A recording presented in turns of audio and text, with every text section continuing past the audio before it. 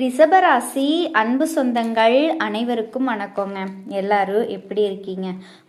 Already என்னோட வாழ்க்கையில் பார்த்தீங்கன்னா கஷ்டங்கள் பல சங்கடங்கள் ஊரை விட்டு ஓடி போகிற அளவுக்கு, ஏன் செத்து போகிற அளவுக்கு அசிங்கம் அவமானப்பட்டு வாழவே முடியாத ஒரு நிலையில நிற்கிறேன்.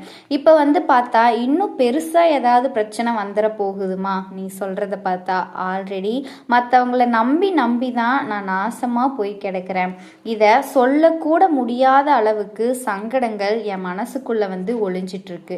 இதுல புதுசா வரக்கூடிய யாரோ ஒரு நபர் மட்டும் எனக்கு என்ன பண்ணிட போறாரு? கூட பிறந்தவங்க, கூட பழகினவங்க எல்லாருமே, நண்பர்கள் எல்லாருமே நரி கூட்டங்கள் எங்களை நாய் மாதிரி பயன்படுத்தி துரத்தி விட்டுருச்சுங்க. இப்படி தவிக்கக்கூடிய ரிஷபத்திற்கு கவலையே வேண்டாங்க, கவலைப்படாதீங்க. இது நாள் வரைக்கும் நீங்கள் பார்த்த மனிதர்கள் எல்லாருமே உங்களுக்கு ரொம்பவே கஷ்டங்களை கொண்டு வந்தவங்க தான். ஆனால் இப்போ வரக்கூடிய ஒரு நபரால் உங்கள் வாழ்க்கையில் ஒரு தெளிவு கிடைக்க போகுது, நல்லது நடக்க போகுது. நம்பிக்கையோட இந்த பதிவை பாருங்க. உங்களை ஏமாத்துறவங்க இன்னைக்கு சிரிச்சிட்டு இருக்கலாம், ஆனால் இன்னும் சில நாட்களில் உங்களினுடைய வெற்றியை பார்த்து அதே மனுஷவங்க உங்களை பார்த்து ஏளனமாக பேசினவங்க, உங்களை பார்த்து ஏளனமாக சிரிச்சவங்க எல்லாமே தலை குனிஞ்சு நிற்க போறாங்க. கை கட்டி வாய் தட்டி எதுவுமே பேச முடியாது. அப்படி என்ன மாற்றம் தான் வரப்போகுது அப்படின்னு கேட்டிங்க அப்படின்னா, சாதாரணமான இந்த பதிவு உங்களுக்கு மற்ற பதிவுகள் மாதிரி இருக்காதுங்க. பல வருஷமா முடங்கி கிடந்த உங்களினுடைய அதிர்ஷ்டங்கள் விழித்தெழ போகுது. இப்படி வரக்கூடிய ஒரு நபரினுடைய வருகை, அவரோட உதவி உங்கள் வாழ்க்கையே மாற்ற போகுது. அந்த நபரால் உங்கள் வாழ்க்கையில் 3 முக்கியமான மிகப்பெரிய சம்பவங்கள் நடக்க போகுது. இந்த மாற்றத்தை எந்த சக்தியாலுமே தடுக்க முடியாது. காலம் உங்களுக்காகவே திருப்பி இருக்கு. ரிஷபராசிக்காரங்க எப்படிப்பட்டவங்க? அமைதியானவங்க, பொறுமை ரொம்பவே அதிகம். யாரையுமே ஈஸியாக காயப்படுத்த மாட்டீங்க. மற்றவங்களை காயப்படுத்தினாலுமே அமைதி காப்பீங்க. கடந்த சில வருஷமாக உங்களுக்கு ஒரு நல்லதும் நடக்கலை. உங்கள் நல்ல மனசை பயன்படுத்திக்கிட்டு பலர் உங்களை ஏமாத்திட்டு போயிட்டாங்க. உங்களுக்கான அங்கீகாரம் கிடைச்சிருக்காது. மொத்த உழைப்பையுமே சுரண்டிட்டு போயிட்டாங்க. பணம் தங்காமல் போயிருக்கும். சொந்த பந்தங்கள் எல்லாமே உங்கள் உறவுகளையும் உடைச்சிருப்பாங்க. நம்பிக்கையை உடைச்சிருக்கும். அந்த இருண்ட காலம் எல்லாமே இப்போ ஒரு முடிவுக்கு வரப்போகுது. நல்ல தெளிவாக எழுதி வச்சுக்கோங்க. உங்களுக்கு கிரகங்களினுடைய அருள் வலுவாக செயல்பட போகுது. நீங்கள் இழந்த மரியாதை திருப்பி கிடைக்க போகுது. பணவரவு அதிகமாகும். தொழிலில் புதிய வாய்ப்புகள் திறக்க போகுது. உங்களை துச்சமாக நினச்சி தூக்கி போட்டவங்களே உங்களை தேடி வரக்கூடிய காலம் வரப்போகுது. ஒரு திருப்பு முனையாக மாறப்போகிறாங்க. அவங்க சொல்லக்கூடிய ஒரு வார்த்தை, அவர் காட்டக்கூடிய ஒரு வழி உங்களினுடைய தலையெழுத்தையே மாற்ற போகுது. அப்படின்னா அந்த 3 மிகப்பெரிய மாற்றங்கள், சம்பவங்கள் என்ன? எந்த துறையில் உங்களுக்கு அதிர்ஷ்டம் காத்துக்கிட்டு இருக்கு? யார் அந்த நண்பர்? இதோட எதிரி யார் அப்படிங்கிறதையோ அவர் உங்களுக்கு காட்டி கொடுத்துருவார். இந்த பதிவை பொறுத்த வரைக்கும் இறுதி வரைக்கும் பாருங்க. உங்கள் வாழ்க்கையை மாற்றக்கூடிய ரகசியம் இந்த பதிவில் தான் இருக்குது. சரிங்களா? ரிஷபராசிக்காரர்களுக்கு சத்தியமா இந்த பதிவு கண்ணில் படுது.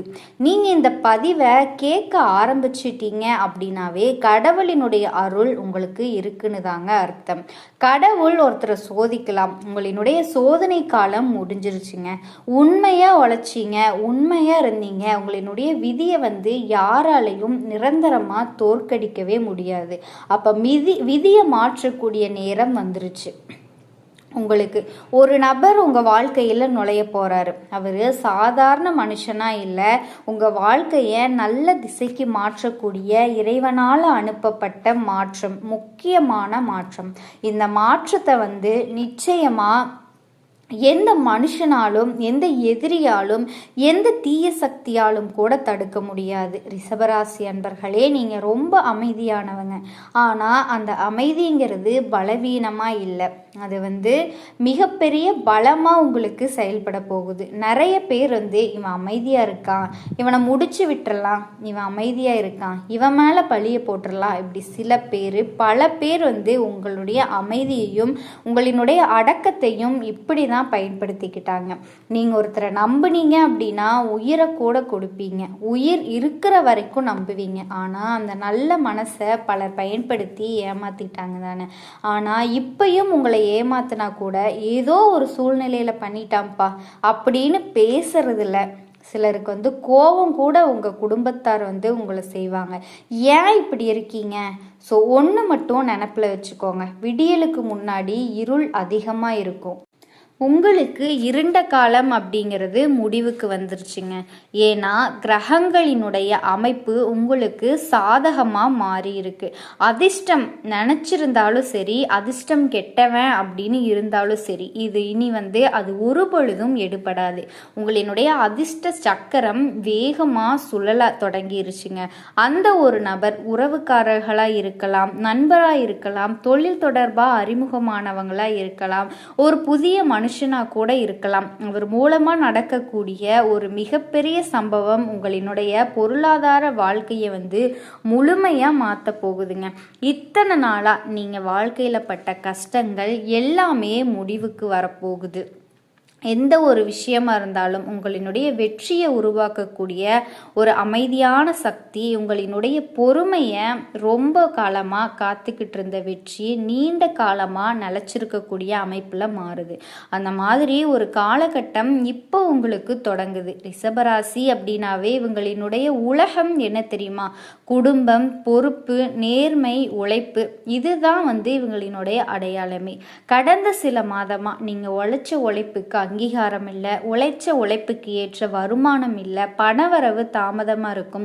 சிலருக்கு வேலை, தொழில், குடும்பம், ஏன் உறவுகளில் கூட குழப்பத்தை மட்டும்தான் பார்த்துருப்பீங்க.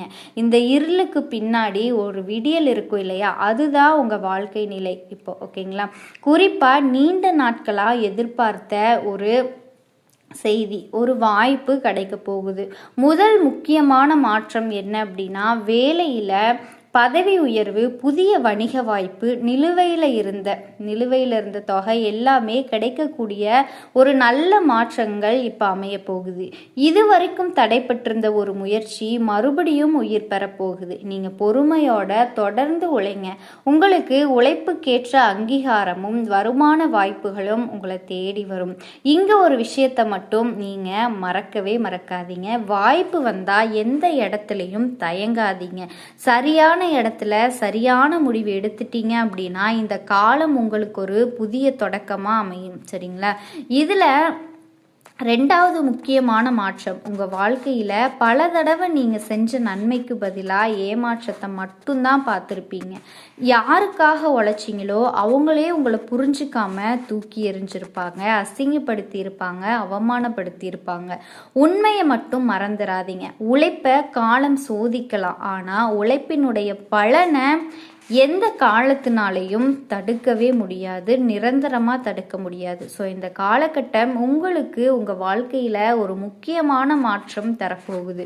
உறவுகளையும் தொழிலையும் முன்னேற்றி தரப்போகுது. ஸோ வேலை, தொழில் மற்றும் மரியாதை, வேலை செஞ்சுக்கிட்டு இருந்த இடம், இது எல்லாமே நீண்ட நாட்கள் எதிர்பார்த்த பாராட்டு, புதிய பொறுப்பு கிடைக்கிறதுக்கு வாய்ப்பு இருக்குது.